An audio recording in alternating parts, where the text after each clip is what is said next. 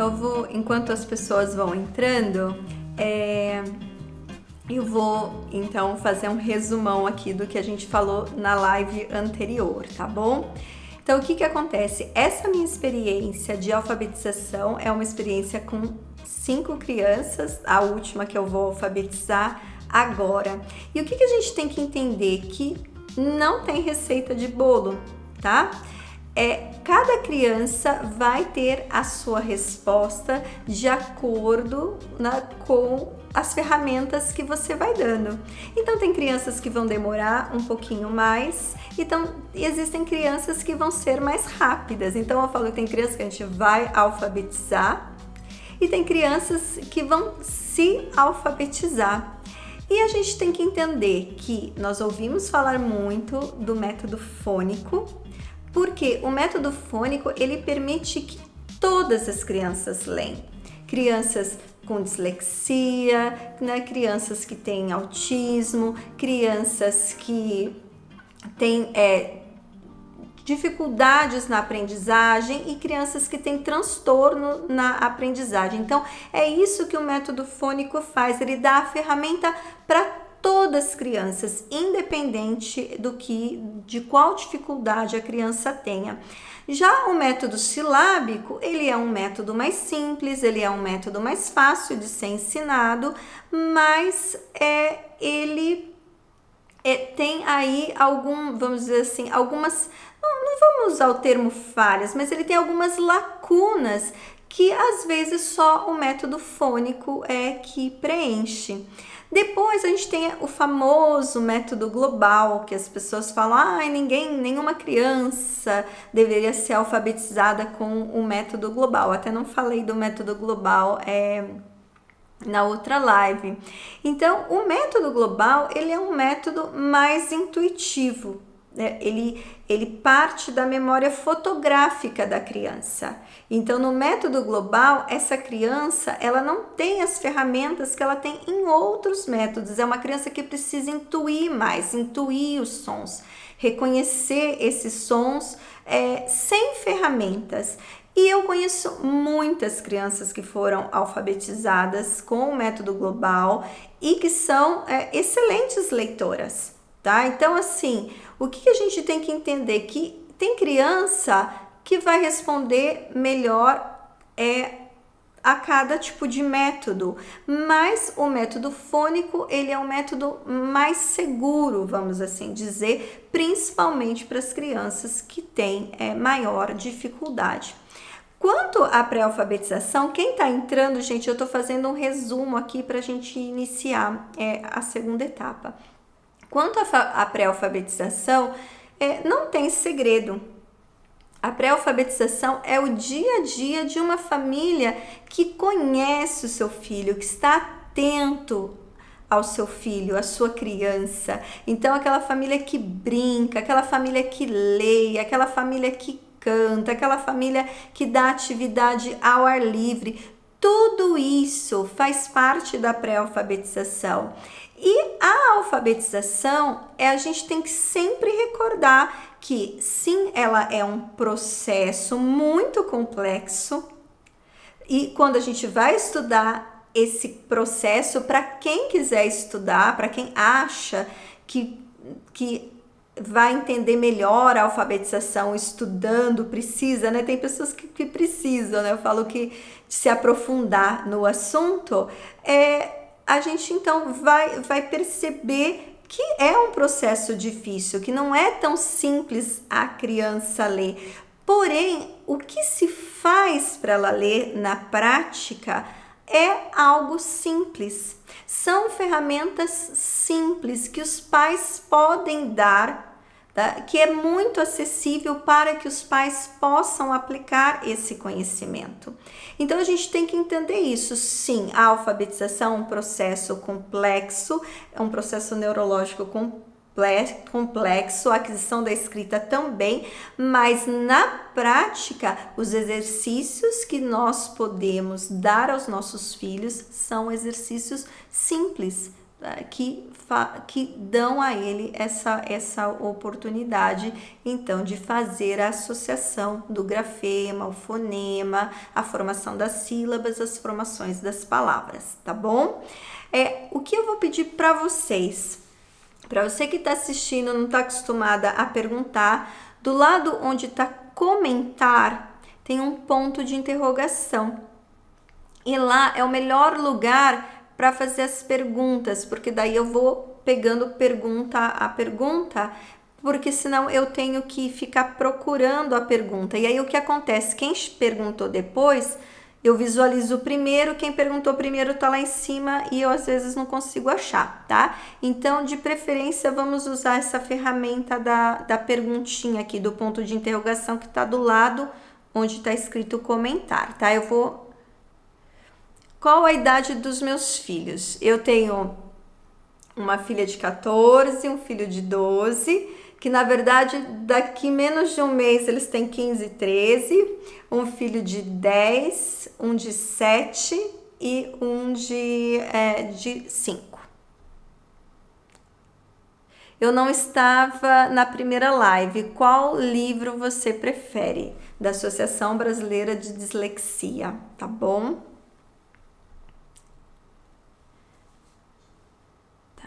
Fala mais da tua filha, já falo mais dela.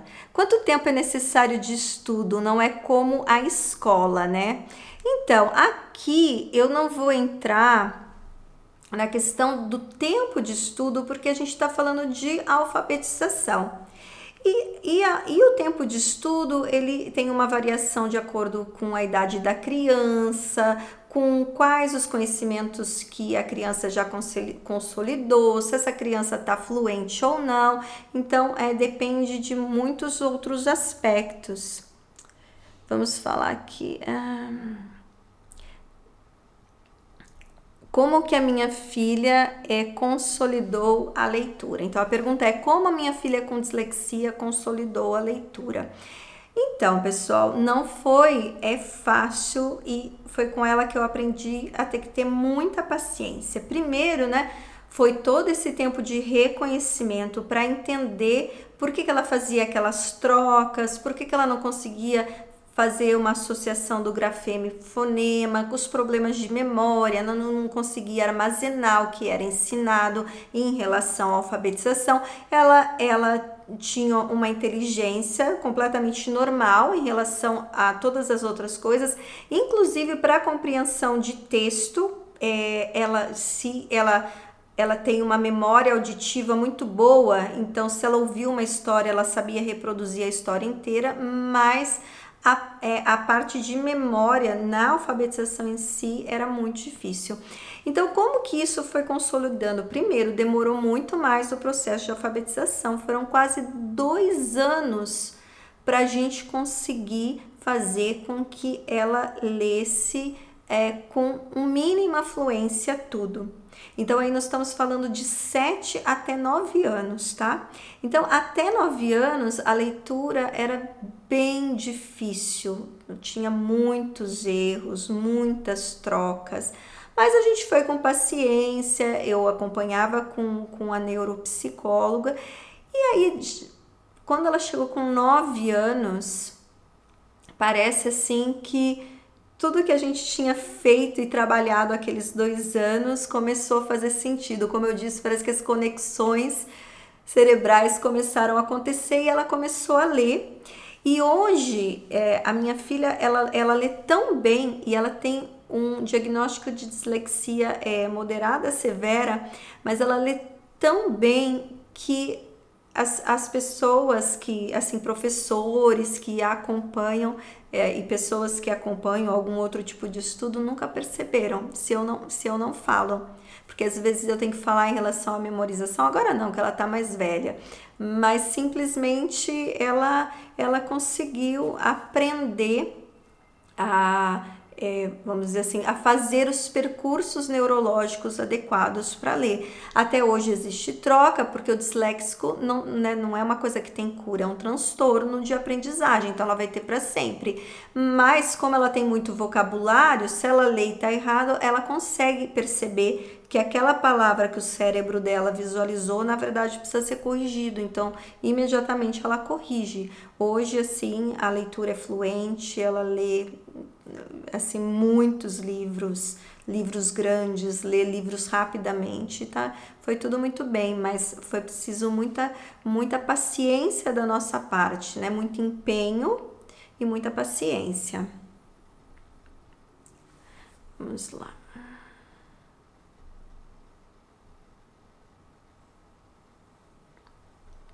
Sobrecarrego ele por mostrar de formas lúdicas as letras e afins? Não é uma sobrecarga. O que a gente tem que entender é o seguinte, que quando a gente faz a pré-alfabetização, vamos supor uma criança de 3, uma criança de 4 anos e meio, você pode apresentar de forma lúdica e isso nunca é um problema, vamos dizer assim. É que quando a gente fala de alfabetização, nós estamos falando de sistematização. A gente está falando de um método que vai ser aplicado, a gente está falando de constância, que aquilo tem que ser aplicado todos os dias, que aquilo tem que ter repetição. Então, quando eu apresento, eu também brinco, que letrinha é essa? Ou ela mesmo quer reconhecer as letras, não é que isso vai sobrecarregar, mas a gente tem que entender que essa prática de apresentar de forma lúdica, ela tem um objetivo. Quando a gente fala de alfabetização sistematizada, é outro objetivo, é outra coisa que nós estamos fazendo.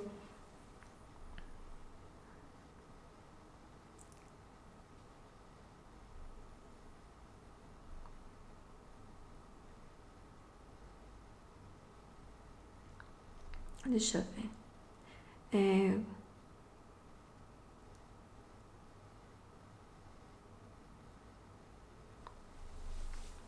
Procuro respeitar o tempo de concentração e interesse dele. Você acha que esse é o caminho?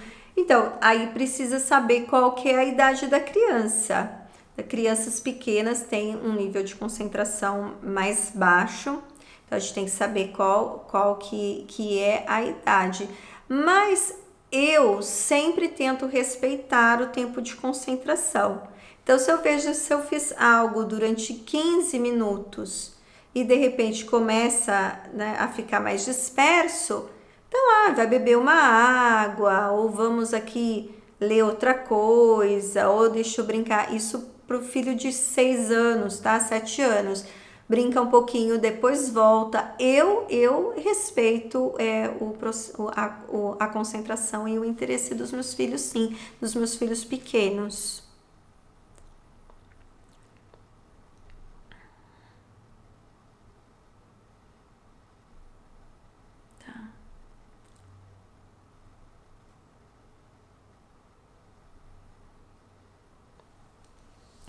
Como dar o mesmo nível de atenção para cada um individualmente quando se tem mais de 2 filhos?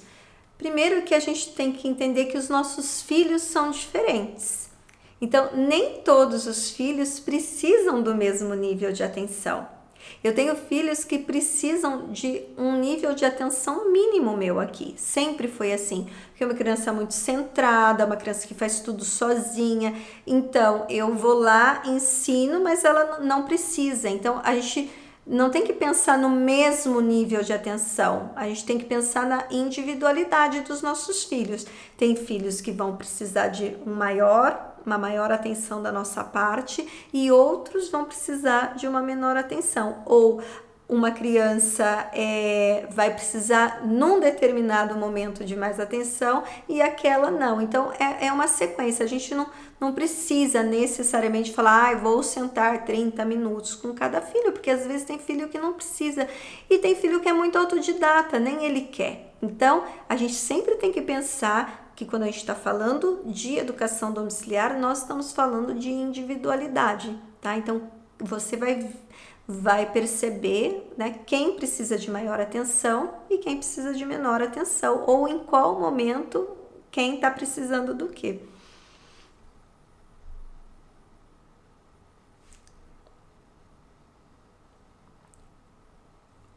Oito anos, trocando o F pelo V, ainda é normal? Assim, pessoal, 8 anos, a criança precisa estar plenamente alfabetizada. Então, não é mais para ter essa troca oral. Gráfica ainda pode ter e precisa ser corrigido. Mas aí, quando tem a troca gráfica, a gente pode trabalhar um pouquinho isso, né? Dar mais atenção para essas palavras, tá? Mas 8 anos não é mais para estar trocando, não, porque é para estar plenamente alfabetizado. Ai, mas agora não é para estar trocando, o que eu vou fazer? Vou dar mais atenção para isso. Provavelmente é um problema que se resolve aí com um pouquinho mais de atenção, tá bom?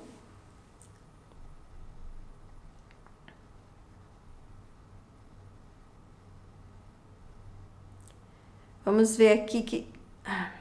deixa eu ver.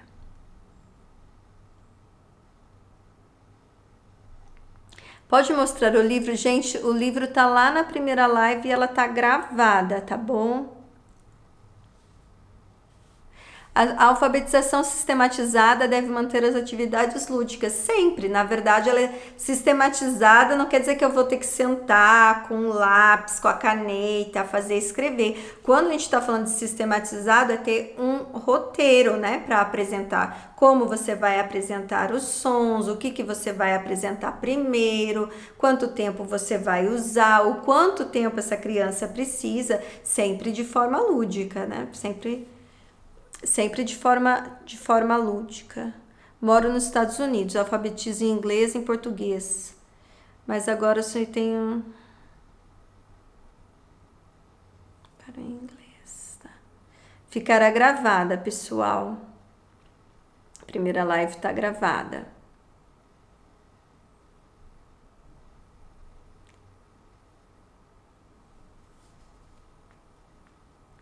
Na minha experiência, é possível iniciar a alfabetização com crianças com atraso importante na fala? Ou a fala precisa estar adequada para não haver... Então, pessoal, esses assuntos muito específicos, a gente precisa ter o apoio, né, de um profissional, de um neuropedagogo, às vezes, né, do profissional que atende essa criança. Porque quando a gente fala de alfabetização, nós estamos falando de vocabulário. Então, a melhor forma de você saber se essa criança está preparada para a alfabetização é trabalhar com o profissional que cuida, que ajuda a família a cuidar do desenvolvimento dessa criança. Aqui no nosso caso, com a dislexia, eu realmente não fui para fono, não fiz atividades fora de casa, eu realmente assumi a alfabetização, mas sempre com a orientação, né, da neuropedagoga. O que acontecia? Eu fazia aqui em casa as atividades, via como estava sendo desenvolvida e depois então eu ia até a neuropedagoga, não levava a minha filha porque não precisa, para ela também não passar por ficar indo em neuropedagoga para pensar, eu tenho algum problema, não consigo ler, então eu não gostava de levar, só eu ia, conversava, falava como estava o desenvolvimento.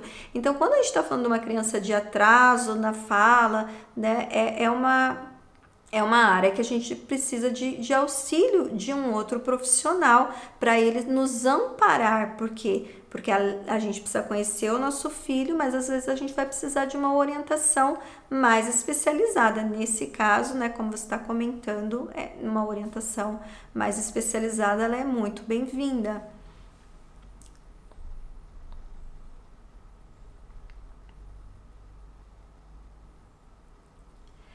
Eu mostro. Pessoal, aqui da caligrafia bilíngue. Deixa eu ver. Eu já mostro o livro. Como treinar a leitura após o domínio da decodificação dos grafemas? Pessoal, é o seguinte, leitura. Como que a gente treina a leitura? Não existe grandes segredos. Nós somos o leitor experiente. Então, como que a gente começa a leitura? Com pequenas palavras, com monossílabas, pé, vó. Depois a gente vai ampliar a dificuldade da palavra. Então, como que a gente começa a treinar a leitura? Primeiro, a gente faz a decodificação dos grafemas. A criança já entendeu o processo de palavra, que a palavra é uma sequência de sons, ela consegue já ler todas as palavras? Consegue. Então, nós vamos trabalhar os textos. Quais textos? Textos pequenos, né? Ou se não, frases, pequenas frases que tenha repetição. Então, não tem segredo de como trabalhar a leitura. Como que a gente trabalha a leitura? Lendo, né? É dessa forma que a gente trabalha a leitura, tá? Então, assim, existe algum modo especial de trabalhar a leitura? O modo mais especial de trabalhar a leitura é pensar que você é o leitor experiente, você é a referência. Então, por exemplo, se a criança está silabando muito para ler, então você lê para ela. Você passa o dedo, olha, a gente vai ler emendado, né? Não é café, é café. Bolacha. Pipoca, não é pipoca, pipoca. Então, você é o leitor experiente. E você vai ler para essa criança sempre dando a referência. Isso é muito importante.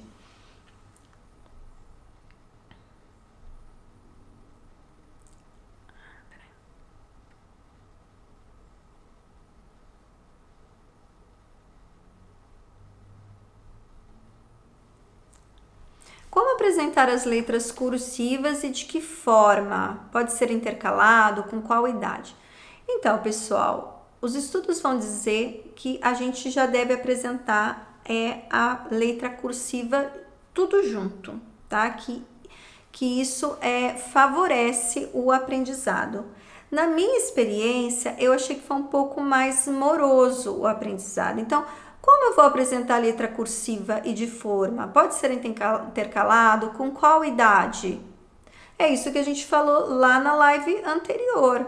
Quando você vai apresentar? Na hora que você decidir alfabetizar. Ou na pré-alfabetização, fazendo a consciência fônica. Se você já quiser apresentar os dois, você pode apresentar. Pode ser intercalado, com qual idade? Isso tudo, gente, são os pais que vão definir. Qualquer orientação que a gente tem sobre a alfabetização, sobre a idade.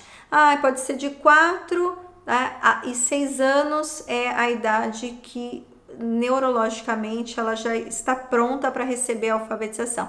Então, eu sei que eu posso de 4 a 6 anos. Quando eu vou começar? Eu quero começar antes, com 3. Ok, eu quero começar com 5. Ok, quem tem que decidir são os pais. Os pais são os protagonistas, os pais decidem, os pais tomam a decisão. Quando a gente resolve fazer isso em casa, ninguém vai escolher pra gente em qual idade, com qual letra vai apresentar. Você, né, vai buscar os recursos e é você que vai ter que decidir. Como isso? Conhecendo muito bem o seu filho. Será que o meu filho recebe bem essas informações agora? Quero tentar agora? Com qual idade quero tentar? Eu tenho tempo para tentar? Então, é tudo aquilo que a gente comentou na live anterior.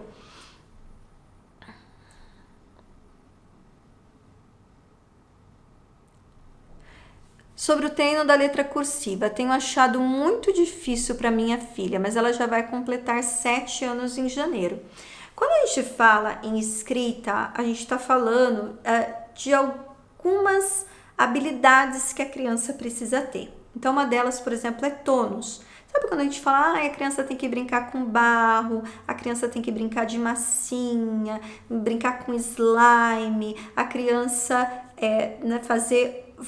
apertar a massinha, tudo isso trabalha o tônus da mão. Ou, por exemplo, quando a gente trabalha a pinça, né? Pegando bolinha, pegando coisinha pequena, da coordenação motora fina. Quando a gente mostra para os nossos filhos, passa o dedo quando lê, então a gente vai mostrando que existe uma direção, né, para se ler, para se escrever. Então, às vezes, o que acontece? A gente dá o lápis para a criança, mas ela não passou por etapas anteriores. Então pode ser que pegar esse lápis e escrever se torne difícil. Mas veja bem, ela vai completar 7 anos em janeiro. Se você for lá estudar os processos de aquisição da escrita, ela está super dentro do tempo, tá? Então, a gente tem que perceber, ela está achando difícil. Então, a gente pode diminuir a quantidade de caligrafia, de vez fazer todo dia, a gente pode fazer 3 vezes por semana, a gente pode brincar de alinhavo, a gente pode brincar de massinha, a gente pode brincar de barro. Então, assim, nós vamos trabalhar outras coisas com a mão, com o tônus, com a coordenação motora, para poder ajudar os nossos filhos na caligrafia. Então, só uma coisa bem interessante com essa questão da caligrafia. Eu tenho um filho que tem muita dificuldade com caligrafia. E aí, esses dias, a professora do Kumon falou, você não podia, eu tô mandando um livrinho de caligrafia, você não podia trabalhar um pouco de caligrafia com ele? E eu falei assim, olha, eu só quero te avisar, tá? Ele tem 10 anos, tá, gente? Eu falei pra ela, eu só quero te avisar que eu trabalho com ele caligrafia todos os dias. Há anos. Todos os dias a gente trabalha caligrafia, a gente brinca, eu faço ele brincar de massinha, só que é uma dificuldade dele. Por mais que eu dou as ferramentas para ele melhorar, ele ainda tem dificuldade.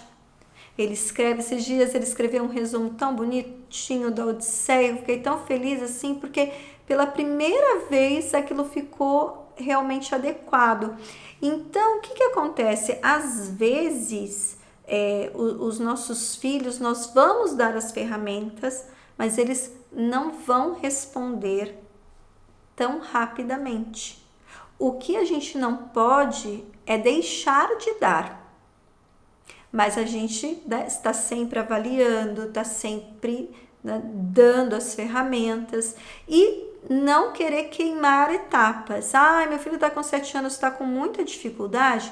Então, assim, veja se você não queimou etapas, veja qual a dificuldade dela, por que ela não gosta. Então, nós precisamos ser os grandes observadores. Quando a gente observa os nossos filhos, a gente tem muitas respostas. Tá bom, pessoal? Peraí, desculpa. Deixa eu arrumar aqui.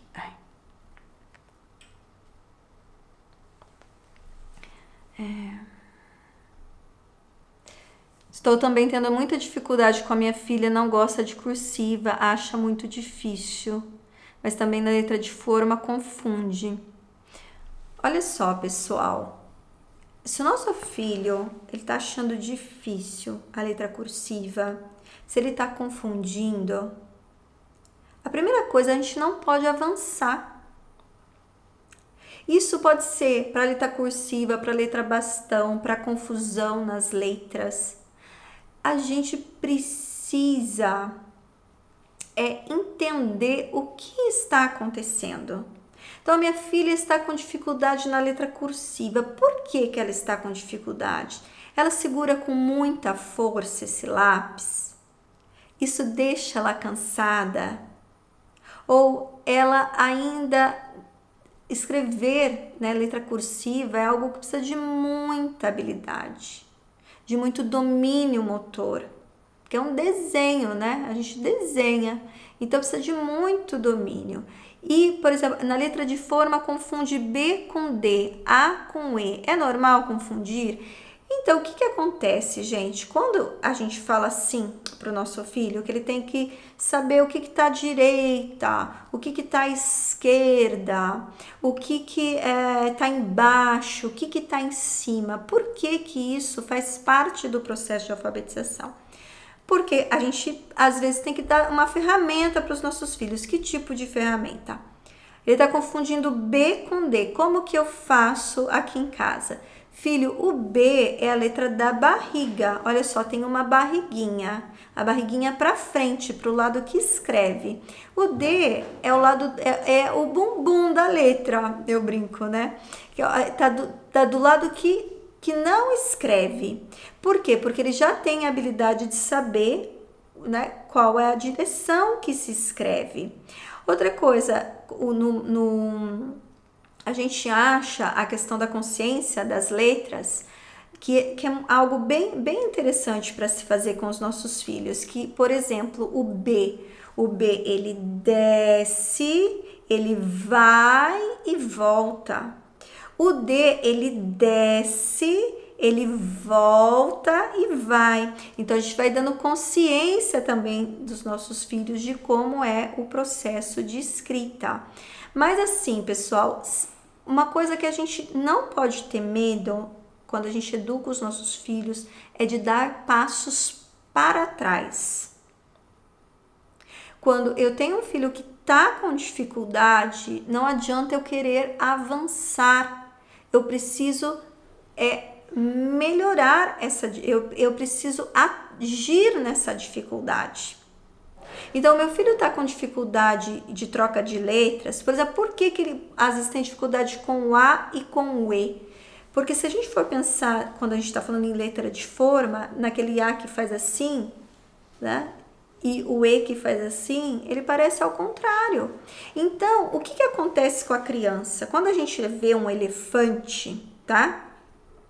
A gente vê um elefante, se a gente vê um elefante de costas, se a gente vê um elefante de frente, se a gente vê um elefante de lado, ele é sempre um elefante. Ele sempre é a figura do elefante. Agora a letra não. Se eu vejo uma letra voltada para frente é uma, se eu vejo uma letra virada para o outro lado é outra letra. Se eu vejo, por exemplo, né, o N com a curva virada para baixo é N, se eu vejo com a curva, né, para cima é U. Então, pessoal, a gente precisa entender por que é importante os nossos filhos saberem a posição dos objetos. Porque é importante a gente mostrar para eles que se escreve sempre na mesma direção, para a gente poder sanar essas dificuldades. A mesma coisa na letra cursiva. Se a minha criança está ficando exausta com a letra cursiva, eu preciso ver como que eu vou atuar nisso, tá bom? Quanto à fluência, pessoal, deixa eu só falar um pouquinho aqui de fluência que eu não falei. O que a gente sabe? Que aos 8 anos, uma criança tem que estar plenamente alfabetizada, ou seja, ela tem que estar lendo de tudo e ela vai aumentar a velocidade. Tem crianças que vão conseguir isso com 6 anos. Tem crianças que vão conseguir com 7, mas tem crianças que vão conseguir ser fluentes só com 8 aninhos, tá? Então, quando a gente fala de fluência, quando a gente fala de entonação, respeitar a pontuação, o que a gente vai encontrar, né, nos artigos científicos, né? A gente vai encontrar, então, que 8 anos a criança precisa estar plenamente alfabetizada. Daquela mesma forma que eu falei, não significa que não estará antes, tá? Então, a partir dos 8 anos não está, aí eu começo a pensar em algumas dificuldades. Ou, por exemplo, era para ela estar ali já perto dos 7 anos, dei a alfabetização ali 1 ano, entre 6 e 7, por exemplo. E ela tá assim com grandes problemas de reconhecer os grafemas, de associar os fonemas. Então, eu posso pensar em como agir com essa dificuldade. Mas a gente precisa entender que esses marcos aí de leitura e escrita, eles estão ali entre 6 e 8 anos, tá bom? Outra coisa que eu queria mostrar para vocês, que eu não mostrei na outra live, que é esse livro aqui, Para Ler com Fluência, do Instituto Alfibeto. O Instituto Alfibeto, ele tem um trabalho muito bom na parte de alfabetização. Então, assim, eu não sei se o meu filho está lendo na velocidade adequada. Eu também não sei, né? A gente não sabe.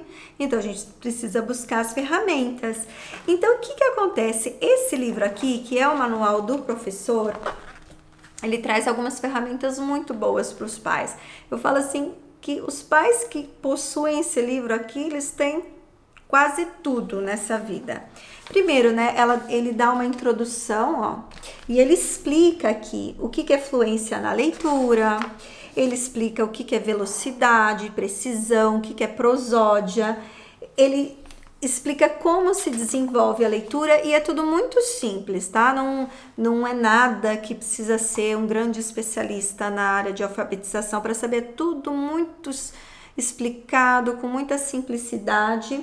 E aí ele explica quais as atividades do livro, mas tem algo aqui muito, muito maravilhoso, que é aqui, fluência de leitura meta-ano. Aqui tem um quadro, a partir de qual idade, quantas palavras por minuto a criança precisa ler. Então, se ela está no segundo ano, ela precisa ler de 80 a 90 palavras por minuto. Se ela está no terceiro ano, de 90 a 110. E aí, o que acontece? Nesse manual do professor, eles trazem os textos que você vai aplicar com o seu filho a partir de cada ano.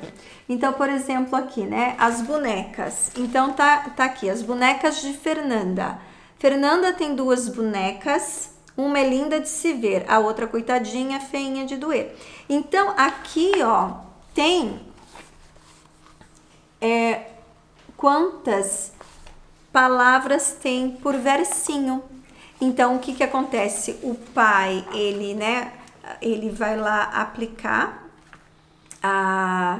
o texto, então ele cronometra, ele liga o cronômetro, fala pode ler, aí a criança vai ler e aí ele vai saber quantas palavras ela leu em 1 minuto. Outra coisa maravilhosa que tem esse livro, gente, esse livro é o seguinte, se você vai alfabetizar em casa, você precisa ter esse livro. Olha, eu estou fazendo propaganda, o Instituto Alfabeto não paga nada, tá? Para eu falar isso não. Aqui ele tem uma avaliação muito boa. Olha só, ele dá aqui as avaliações aqui, ó. Como que essa criança lê? Lê decodificando ou silabando. Então, ele tem o diagnóstico, o pai lê o diagnóstico para ele diagnosticar o que está acontecendo, qual a intervenção ele deve fazer, quais os exercícios ele deve aplicar. E ainda tem onde encontrar, porque eles têm outros materiais. A única coisa, assim, do onde encontrar, tem alguns livros que eles sugerem, que é do Instituto Alfabeto, que eu já não gosto muito, porque eu acho, assim, que eles usam textos que poderiam ser mais ricos, com valor mais literário, vamos dizer assim. Mas mesmo assim, para um pai que quer um norte, que quer usar esses livros deles, é claro que não vai comprometer em nada o desenvolvimento da fluência. É que no meu caso, eu prefiro usar, quando eu tenho que fazer algumas intervenções com textos, alguns textos que eu acho melhor, tá? Mas, não, Karen, eu quero usar esse material mesmo, dá para comprar, igual aqui, ó, ele sugere, né, os mini livros, que são mini livros que eles vendem, que são livros que tem muitas histórias com repetição das palavras para automatização da leitura. Eu não gosto muito desses mini livros, eu não gosto muito da história, mas eu sei, né, mais ou menos qual o objetivo desses mini livros, que são as repetições. O que é uma repetição para automatização, gente? O Kumon, a metodologia do Kumon para a língua portuguesa faz muito disso, que é assim: o gato caminha, o pato caminha, o coelho caminha. Então, eles trocam só ali o substantivo e a criança, então, começa a ter mais velocidade na palavra. Ou, por exemplo, assim, o coelho tomou banho, o coelho tomou sorvete, O coelho tomou chuva. Então, ele repete, né, toda a estrutura ali e muda alguma coisa. Então, isso é algo muito importante para a automatização da fluência, essa repetição das palavras. Então, esse livro, ele é maravilhoso. Por quê? Porque ele dá todas as ferramentas de avaliação para um pai que começou a alfabetização perdido na vida. Ele dá quanto a criança precisa ler por minuto, ele já dá o texto já com o número de palavras para você fazer, né, contar, e ele já dá a avaliação, diagnóstico, intervenção, exercício. É maravilhoso, pessoal. Esse livro aqui vale muito, muito a pena. Olha, nós estamos aí já perto dos 40 minutos. Eu vou ver mais uma ou duas perguntas aqui para a gente poder encerrar, que estamos aqui há bastante tempo. Oi, Karen, você usa os manuais de cada ano, mais manual do professor ou apenas manual do professor? Eu uso sim esses exercícios aqui para ler com fluência. Eles são exercícios também maravilhosos, tá? Posso aqui mostrar para vocês. Então, eles trabalham o número de fonema, eles trabalham o número de sílabas, eles fazem diferenciação, por exemplo, para criança que tem problema aqui, ó, com diferenciação. Então, tudo isso é trabalhado. Qual que é o grande defeito desse livro? É que ele só tem 89 páginas, ele podia ter 500, porque ele é maravilhoso, tá? Esse é o grande defeito dele, é que ele tem poucos exercícios, mas é uma coleção muitíssimo boa. Eu usei com todos os filhos aqui. E vamos agora à última.